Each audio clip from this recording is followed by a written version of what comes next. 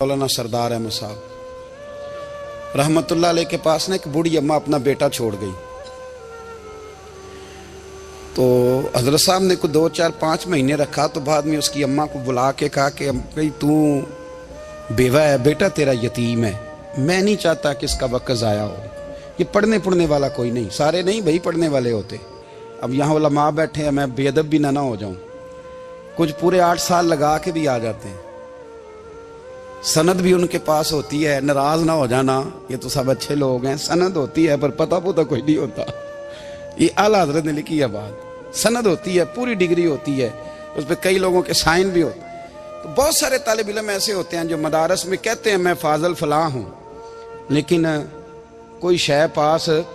तो मौलाना सरदार अहमद साहब मुहद्दिस आज़म पाकिस्तान रहमतुल्लाह अलैह उस बूढ़ी को कहने लगे तेरा बेटा कुंद देना है, पढ़ना पढ़ाना इसने कुछ भी नहीं, तो यतीम बच्चा है, कल को तो कहेगी कि मेरे बेटे ने वक्त ज़ाया किया तो वापस ले जा।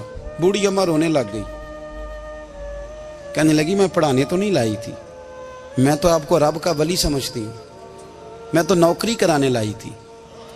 नौकरी हजरत अनस बिन मालिक कहते हैं मेरी अम्मा भी हुजूर की बारगाह में दे गई थी। हुजूर की बारगाह में ये नहीं कहा था कि या रसूलल्लाह पढ़ा दें, हाँ हाँ मैं जिम्मेदारी से बात कर रहा हूँ।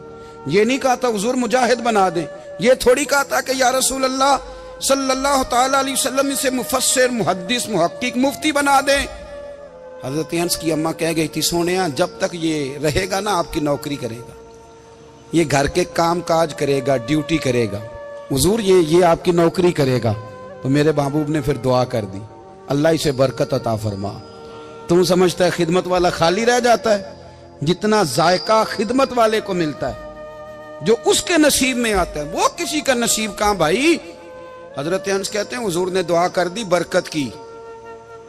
मुझे तो खेती बाड़ी आती भी नहीं थी, पर लोगों के बाग में साल में 1 दफा फल लगता था, मेरे बाग में 2 दफा लगता था। हुजूर ने दुआ कर दी अल्लाह इसे औलाद दे।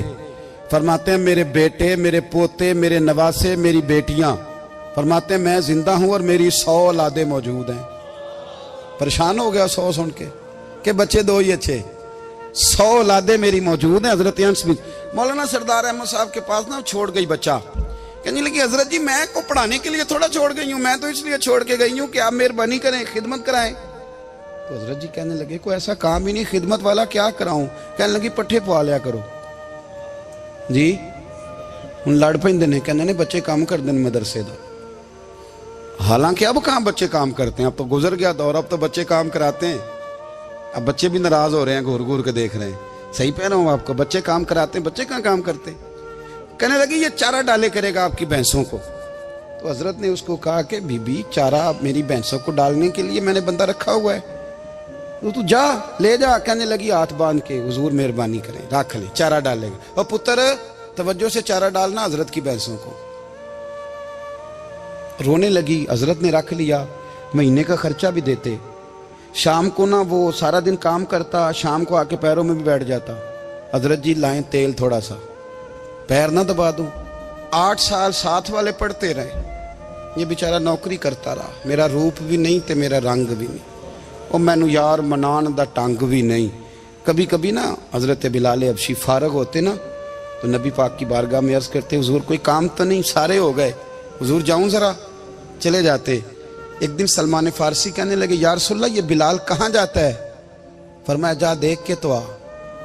हजरत सलमान वापस आए तो आके रोने लगे, कहने लगे सोनिया जब यहाँ से जाता है ना तो जाके सैयदा फातिमा की चक्की पीसनी शुरू कर देता, बीबी साहबा के काम करने लगता है, घर में जाके असनैन की ड्यूटी करता है, वहां भी काम यहाँ भी काम। वो चारा डालता रहा, उसने चारा डाला। हजरत मुहद्दिस आज़म की भैंसों को दस्तारे फजीलत का वक्त आ गया, सारे पगड़ियां सजा के आ गए, आज दस्तार होगी। ये ना पीछे होके बैठ गया, चूंकि पढ़ा ही नहीं था तो दस्तार का है कि दस्तार तो उसकी जो पढ़ेगा, हमने तो पढ़ा ही नहीं, हमने तो यार पढ़ा, घर पढ़ा, ड्यूटी करी। हजरत मुहद्दिस आज़म रहमतुल्लाह अलैह के यहाँ जब ऐलान होने लगा ना कि अब दस्तार होगी, तो हजरत ने पहला ऐलान उसका फरमाया। तो मजा वाला बंदा कपड़े भी कदी कदी बदलता है ना, वो कहते जिस हाल में भी था मैं पलट के देखने लगा कि पढ़ा पढ़ाया तो है, कोई शय नहीं। तो ये माजरा क्या है, पीछे से उठ के आए तो कहते हैं बाकियों की दस्तार किसी आलिम ने की, किसी सूफी ने की, लेकिन ये भैंसों को चारा डालने वाला जब आया तो मुहद्दिस आदम ने फरमाया पगड़ी के बाल को कोई हाथ ना लगाए, ये सारी दस्तार मैंने करनी है। और फरमाते हैं हजरत बाल भी देते जाते थे और आंसू भी बहाते जाते थे, माथा भी चूमते थे और फरमाते थे दस्तार के बाद चला तो नहीं जाएगा यार, मुझे तो इबादत भी नहीं रह गई, मुझे तो चाबियों को भी नहीं पता कौन सी कहाँ रहती है, जाएगा तो नहीं तू? तो रो पड़ा, कहने लगा सोनिया जाए तो वो जिसके पल्ले कुछ है हो, आता जाता तो है कुछ नहीं, मुझे किसने रखना है, मैंने कहाँ जाना है, इधर कहाँ, तो इधर ही रहूंगा। वो उस तालिब इल्म के सारे उस्ताद भाई कहते हैं उसने दस्तार कराई, पढ़ा पढ़ाया कुछ नहीं, पर जो मसला अड़ जाता था ना, वो जो अड़ जाता था ना, वो जाके उससे पूछते थे तो किताबें खोलने की जरूरत नहीं पड़ती थी। मौलाना अमजद अली साहब आजमी रहमतुल्लाह अलैह फरमाते हैं यकदम आला हजरत का दरवाजा खुला, ये भी मेरे आला हजरत की जिंदगी है, इसे भी देख, यकदम दरवाजा खुला तो बूढ़े इमाम के पैरों में जूता कोई नहीं और आला हजरत सर पट दौड़े। मैं करीब गया, मैंने कहा हुजूर मैं सदके जाऊं, कहां जा रहे हो? कहने लगे किसी ने बताया मेरा मुर्शद का बेटा रेलवे स्टेशन से गुजरने वाला है, अमजद अली देर न कर यार, कहीं शहजादा नाराज ना हो जाए, मेरे मुर्शद का बेटा, मेरे शेख का पोता, यार जरा जल्दी कर। कहते हैं आला हजरत दौड़े रेलवे स्टेशन पे, उन्हें अगर फतवे लिखने आते थे किल के रजा है खंजरे खूंखार बरकबार, तो वो ये भी कहा करते थे कैसे आकाओं का बंदा हूं रजा, बोल बाले मेरी सरकारों के। दौड़े गए रेलवे स्टेशन पे और बूढ़े शेख सदरुल शरिया कहते हैं मैंने कहा हुजूर मैं ना चला जाऊं? कहने लगे ना पुत्र, मैंने बड़ा नमक खाया उस घर का, मैंने बड़ी नौकरी करी है, मेरी अपनी ड्यूटी है, तुम्हारी तो नहीं ना। मेरे शेख फरमाते रेलवे स्टेशन पे हजरत खड़े हैं तो एक मुसाफिर उतरता, उसके करीब जाते अदब से सलाम लेते तो कहते मारेरा शरीफ से तो नहीं कोई आया? कहते वो मुसाफिर गुजर जाता, दूसरा आता तो फिर करीब जाते, कहते वो उसके आस्थाने से तो नहीं आए, उधर से तो नहीं कोई आया। कहते सारे गुजर गए, जिन मुसाफिरों ने उतरना था उतर गए, ट्रेन चल पड़ी। तो मैंने कहा हुजूर किसी ने आपको गलत इत्तला दी थी, शहजादे तो आए नहीं।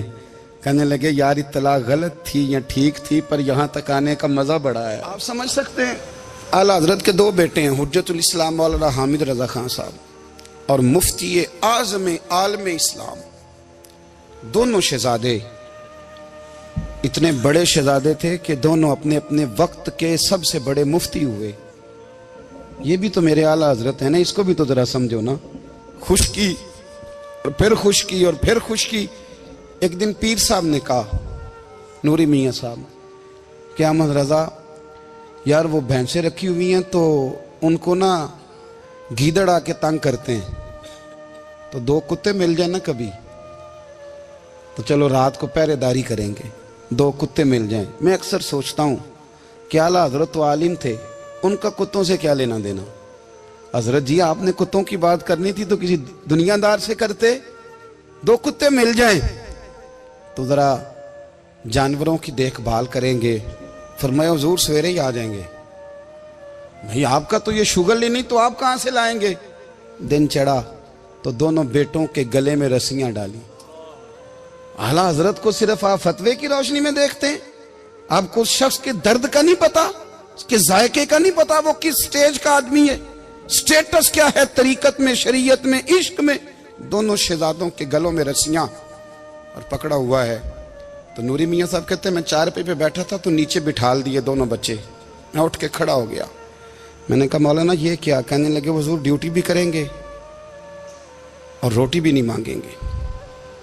जिन्हां तना विच इश्क न रचिया कुत्ते ना थी चंगे, मालक देकर राखी कर दे साबर भुखे नंगे। किधर गया ज़ौक़, किधर गया वो दर्द? और फिर जब बारी आई रसूलुल्लाह के प्यार की, जब बारी आई नबी पाक की मोहब्बत की, तो फिर फाजिल बरेलवी का कद अगर लिखने में कमाल है ना, तो महबूब के प्यार करने में भी कमाल है। उन्होंने ना सारी जिंदगी, यानी सारी जिंदगी ये कह के गुजार दी कि इश्क तेरे सदके जलने से छुटे सस्ते, जो आग बुझा देगी वो आग लगाई है। एक सैयद साहब थे, मकान बन रहा था आला हजरत का, तो सामने ना बिल्कुल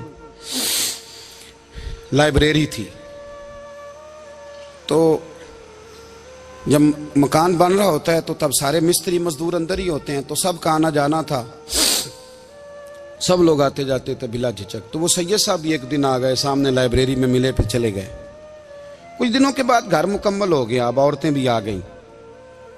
तो शाह जी को पता नहीं था, वो पुराना ही माहौल समझ के ना, मौलाना जफरुद्दीन बिहारी कहते हैं पुराना ही माहौल समझ के तो अंदर आ गए। और जैसे ही अंदर दाखिल हुए सामने घर की औरतें देखी तो शाह जी माजरत माजरत माजरत करते परेशान हो गए। और फिर जब दोबारा पलटने लगे तो आला हजरत दौड़ के गए, हाथ चूमे, कहने लगे शाह जी आपको तो पता नहीं था, और आप मेहरबानी करें ये माजरत वाला लफ्ज वापस लें। ये मेरे घर की औरतें नहीं, ये तो सैयदों की बांदियां हैं, ये तो नौकरानियां हैं। तो आप मेहरबानी करें, ये अंदाज आपका जो है ये दुरुस्त नहीं, आप मेहरबानी फरमाएं अंदर आए।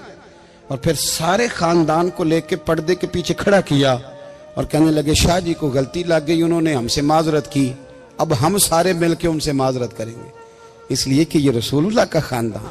यार थोड़ा बहुत दो चार लफ्ज जिस बंदे को आ जाए ना, दो चार लफ्ज, मैं जाती तौर पे ना आपको पता है, मैं तो नात खानों से तो हमारी बनती नहीं, बहुत सारे नात खान तो हमें वैसे ही नहीं। मैं कहता हूँ नात आने दे जाने का नाम नहीं, नात तो कलाम का नाम है। किसी बुजुर्ग की बात पढ़ो, कुछ मतलब उसमें कुछ ज़ौक़ हो, कुछ दर्द हो, ये क्या बात हुई जो आजकल काम शुरू है। लेकिन आपको पता है हम नात खां की भी इज्जत करते हैं। मैं जिस नात खां से नात सुनता हूँ मैं दिल की